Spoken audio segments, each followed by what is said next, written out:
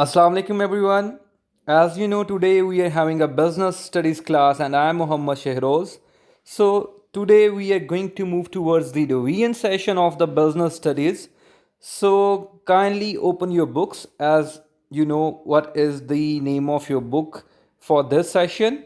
So before moving towards the revision session and for the revision chapter for today, let me discuss a prime concept of the motivation with you. What is the motivation? So, simply, we can say that motivation is a drive force which compels the workers to work efficiently for the organization. So there is two different types of the motivation, the extrinsic motivation and the intrinsic one. In the extrinsic motivation, this is derived from the external rewards such as money, fame, grades. Intrinsic one is derived from the behavior because it is personally rewarding, not for the external reward. You are satisfied from your job, you enjoyed it, so this is known as the intrinsic motivation. As you know, the very first chapter we are going to revise it is the chapter number 6.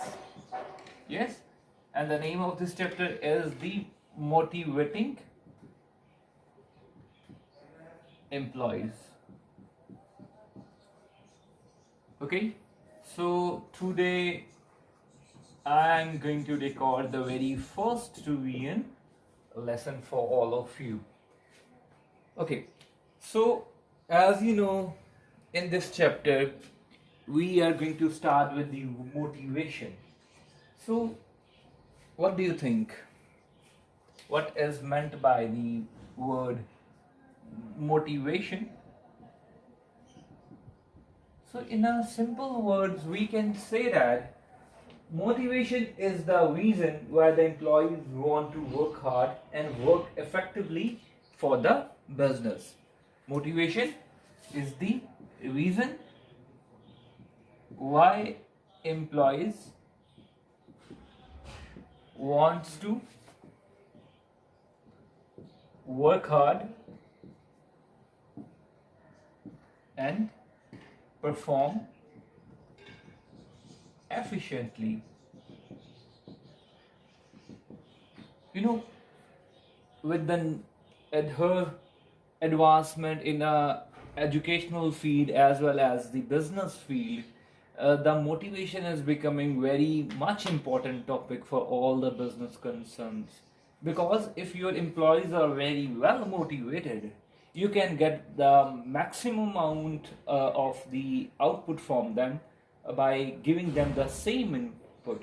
For instance, if we pay someone rupees 35,000, yep, and he is doing 8 hours work, yes, and his output is 1000 units per day. Okay, but without motivation we cannot increase his or her output. But if our employees are motivated, we are paying them the same amount and they are working for the same hours, but their production or their productivity might increase to 12,000 units per day. So hence this gives the benefit to the business. Okay, so as we have discussed about motivation in detail in our previous classes, so there is a picture at your screen in which you can see the importance of the motivation for different peoples. So these important must be kept in your mind because these are very much important from the exam's point of view. Now we are going to see why do people work? Why do people work? So there are usually 5 reasons for which any person works. So the very first one is the money. Everyone, including me, if I work for someone, the very first thing I need that is the money. Yep. Then the job security. The person wants the safe environment, and he also wants that he is having a sure situation that he is not going to leave that job earlier. Okay, so the job security is another reason for which the person work. Then our social needs.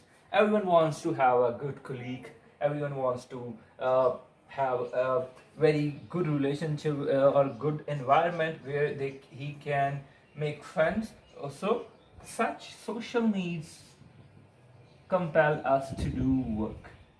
Then, the fourth reason for anyone works is the esteem needs, like self-importance.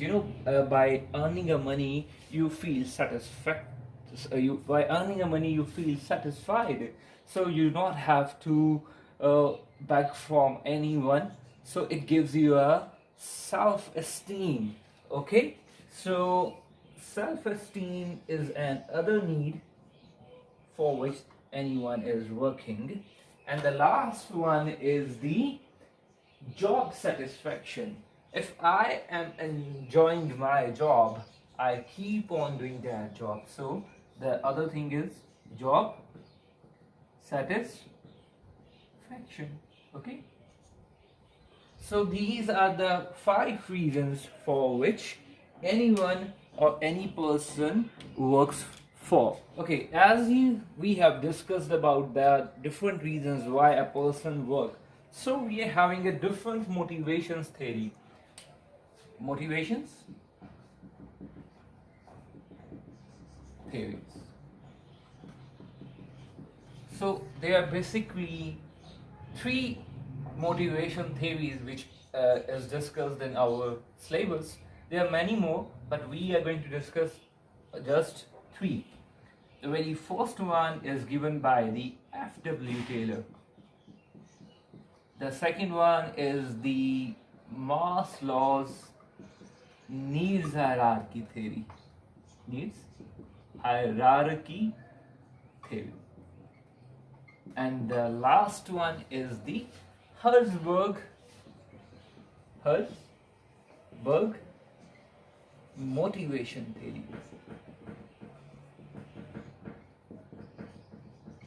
So if we have to make a difference between these theories, so starting with the F.W. Taylor, the F.W. Taylor give emphasis on just one need, which is money.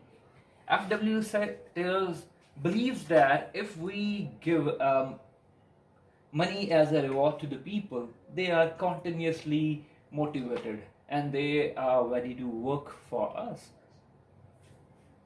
On the basis of the F.W. Taylor theories, the Maslow's drive the theory, and the Maslow's divide the needs into 5 different hierarchies. Into how many different hierarchies? Yes, 5 different hierarchies. 1, 2, 3, 4. This pyramid starts from the self-actualization. Okay? The second one is the esteem need. The third one is the social need. The fourth one is the security need.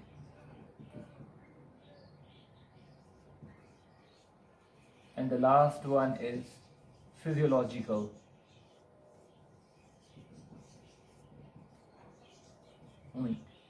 So you are very much familiar with this pyramid. We have discussed this thing in a detail in our class.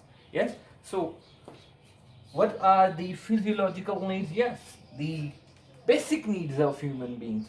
Physiological needs mean the basic needs of human beings.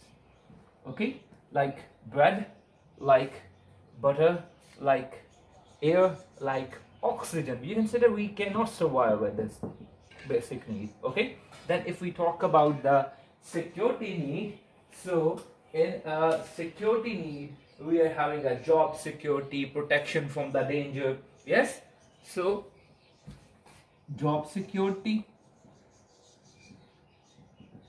or protection from danger. Okay, then if we talk about the social need, this need, the working environment, our colleagues, our friends, so they comes under the head the social needs. Esteem needs, if we talk about the esteem needs, so in esteem needs everyone wants that if he is doing or she is doing good work, so he got recognition, then achievements and independence. Recognition,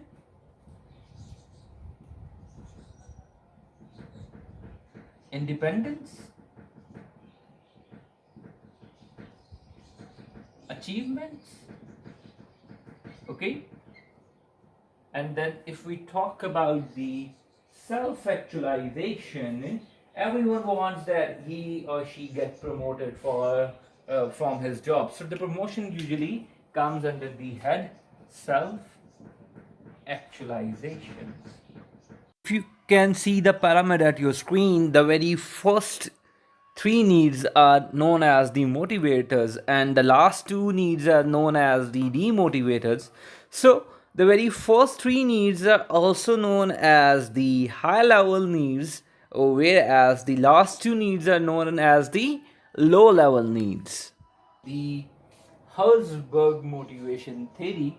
So, the Herzberg divide the theory into two different concepts.